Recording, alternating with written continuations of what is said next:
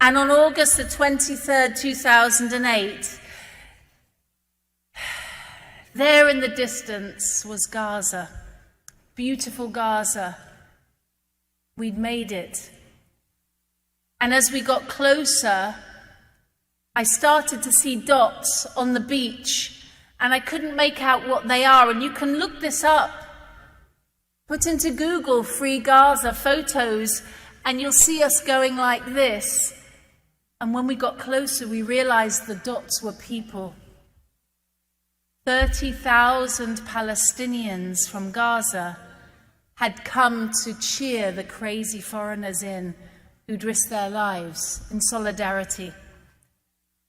And when we got closer and closer, a sound hit us, which I will never forget because it was so sweet. And the sound was, Allahu Akbar. Allahu Akbar. And it came over us and washed over us.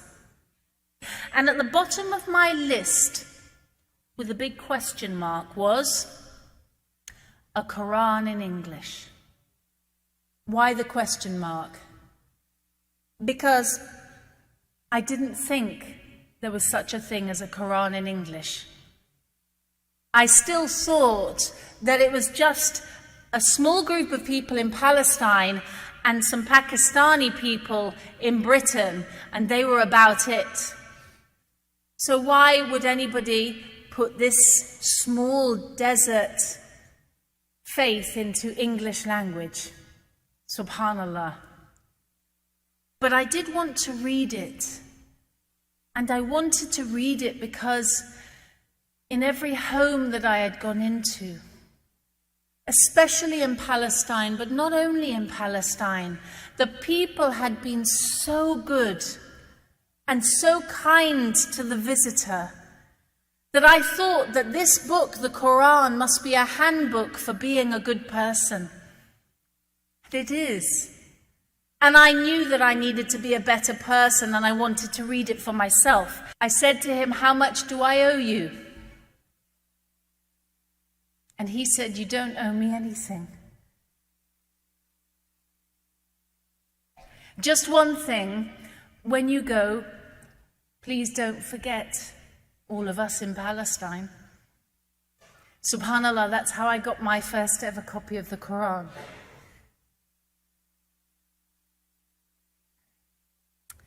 As a gift from the people of Palestine to someone who came in peace. Subhanallah. Bismillah. Sorry, it's just difficult with what's going on at the moment.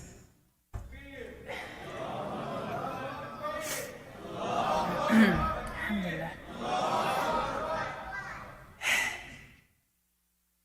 So, I was there for the whole of Ramadan as a non-believer in 2008. I had my arms showing, my hair was out. My sense of modesty wasn't exactly what we might appreciate. But did I hear haram, haram from the people in Gaza? Not once.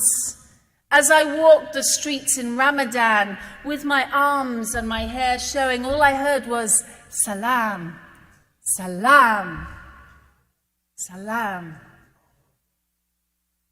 One night, I was visiting a very poor family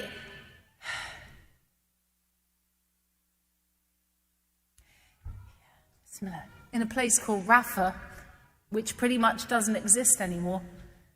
And this night I knocked on a very poor door in a pathetic, run-down refugee camp. And the lady opened it like this: "Assalamu alaikum rahmatullahi wa barakatuh, fadalu." Welcome. She welcomed me as if she lived in the Taj Mahal, not in a slum. And her face was so bright. And I wonder if she's alive and okay now. Her face was so bright, and I know now the word for it is nur. Her face was full of nur. And I went into her home, and what was her home, brothers and sisters? One single cement room, cement floor, cement walls, and nothing in it at all. Nothing but some old mattresses that she, her husband, his parents, and their children all slept on at night. And I felt angry at this Islam. I couldn't understand, why would people fast? Why would any deity make people go hungry who were already hungry? And I said to this mother of Rafah refugee camp, why do you fast in Ramadan? What is the point? You say your God makes you do without food for 30 days, but on day 31 you have no food. You say your God makes you thirsty for 30 days, but on day 31 you only have dirty water or no water. What's the point? Why do you fast? And this mother looked at me and she said, well, I fast in Ramadan to remember the poor.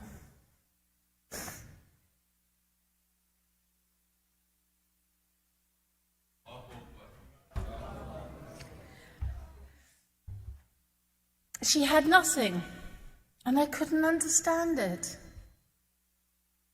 How can she be fasting for other people? How could she remember other people's poverty when she had nothing? And at that moment, a thought came into my mind: if this is Islam, I want to be Muslim. If this love of God is in a religion, I want to be in that religion. If this love for your fellow human being, even at your moment of hardship, if this is a religion, I want to be in that religion. And if this love for the visitor and for the traveler is a religion, then let me be a Muslim, subhanallah. But it took 2 years for me to take my shahada. Allah subhanahu wa ta'ala knows how long it takes for us to be humbled and for our hearts to be cleansed of some of the things that we have in them. And I just want to say now that the most said word in Gaza right now is Alhamdulillah. Do you know that? Wallahi. The people run into the streets,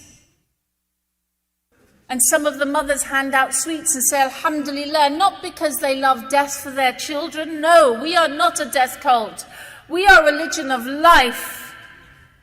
We are a religion that loves children, but we accept shaheed and we accept the qadr of Allah. And these people understand what is being asked of them. May Allah grant them all the highest of Jannah. They hand out sweets. I went into a back room to pray Maghrib, and I started to cry. When I was in sujood, the tears left my eyes so hard, I thought I was going to go blind. And I thought of Yaqub, alayhi salam, and how he grieved for his son, Yusuf. And I thought, yes, you can go blind from grief. And this mother put her hand on my shoulder and said, Miss, why are you crying? I said, I'm crying for you. I'm crying because your children are going to keep getting killed and nobody's doing anything. And I'm crying because the world knows and they're not going to help you. And I'm crying because I'm here and I can't help you. And she looked at me strangely and she said, you're crying for us? I said, yes. She said, but we're so happy. She said, we have Allah. And Allah loves us. And He's told us that if we are steadfast and patient, it's Jannah. Alhamdulillah. ولا تطع كل